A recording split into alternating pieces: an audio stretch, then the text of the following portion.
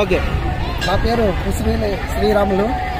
ఇక్కడ ఈరోజు 8వ తారీఖు ఆదివారము ఉదయం 7:45 శ్రీ లక్ష్మీ చెన్నకేశవ దేవాలయం నందు శ్రీదేవి భూదేవి శ్రీ లక్ష్మీ చెన్నకేశవ స్వామి విగ్రహ ప్రతిష్ఠ జరిగినది. 8 గంటలకు ధ్వజస్తంభ ప్రతిష్ఠ జరిగినది.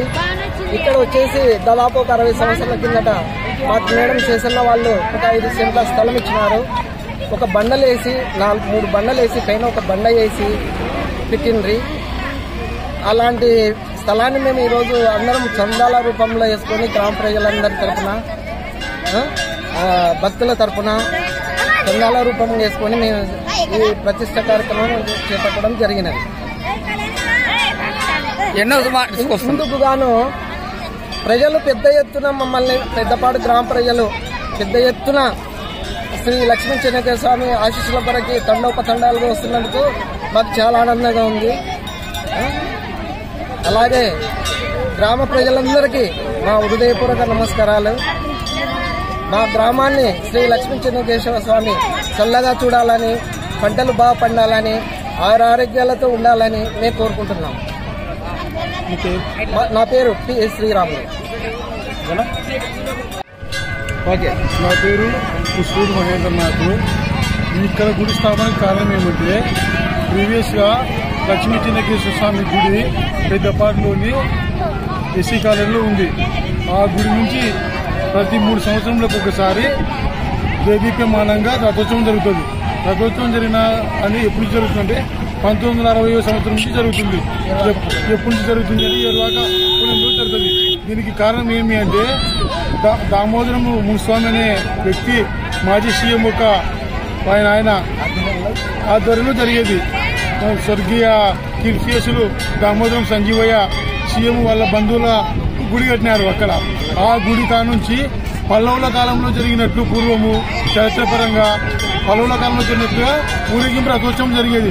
ఆ రథోత్సవం జరుగుతున్నప్పుడు పూర్వకాలంలో ఇక్కడ మామూలు ఈ భూమి మాన్యం భూమి ఉంటే ఒక 5 సెంట్ల భూమి దానం చేసినారు గుడికి.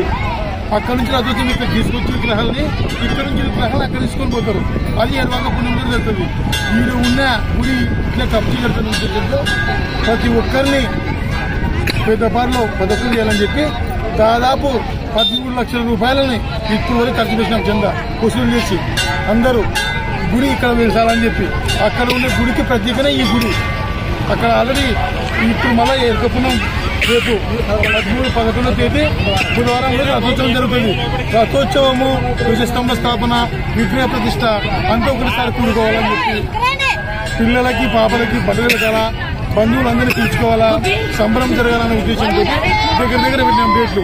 కాబట్టి దీనికి 1960వ సంవత్సరం నుంచి చరిత్ర ఉంది. అంటే కీర్తిశేషులు స్వర్గీయ దామోదరం సంజీవయ్య సీఎం గారు ఉన్నప్పుడు పెద్దపాడులో ఉన్న గుడికి శంకుస్థాపన జరిగింది. ఆ తర్వాత ఆయన స్వర్గీయులైన తర్వాత అతని అన్న కొడుకు దామోదరం స్వామి గారు మత్స్యశాఖ మంత్రి ప్లస్ పంచాయతీరాజ్ శాఖ మంత్రిగా పనిచేసినాడు. ఆయన గుడి కట్టించిన తర్వాత అక్కడి నుంచి మన చరిత్రలో పల్లవుల కాలంలో ఇట్లా రథోత్సవం జరిగేదో ఆ విధంగా రథోత్సవం జరిపించేవాళ్ళం. రథోత్సవం జరిపించిన కాలంలో ఈరోజు గుడి ఉండాలని మేమందరము ఐకమత్యంతో మెలిగి అందరము ద్వారా డబ్బులని ప్రతి ఒక్క కొంతమంది ఎంప్లాయర్స్, మామూలు ప్రజలు అందరి దగ్గర తీసుకొని ఇప్పుడు వరకు 13-14 లక్షల రూపాయలు వెచ్చించి ఈ గుడిని నిర్మాణం చేయడం జరిగింది. ఈ నిర్మాణంలో ప్రతి ఒక్కరు పాల్పంచుకుంటారు. కాబట్టి మా అన్న చెప్పినట్లు ఈ ఊరు ఐకమత్యంగా ఆయురారోగ్యాలతోటి ఐశ్వర్యాలతోటి శ్రీ లక్ష్మీ చెన్నకేశవ మమ్మల్ని దీవించాలని మనస్ఫూర్తిగా పెద్ద పథకం అంతా ఈ చుట్టుపక్కల అందరూ బాగుండాలని కోరుకుంటున్నాను. నా పేరు పుష్పూరు మహేంద్రనాథ్. నా పేరు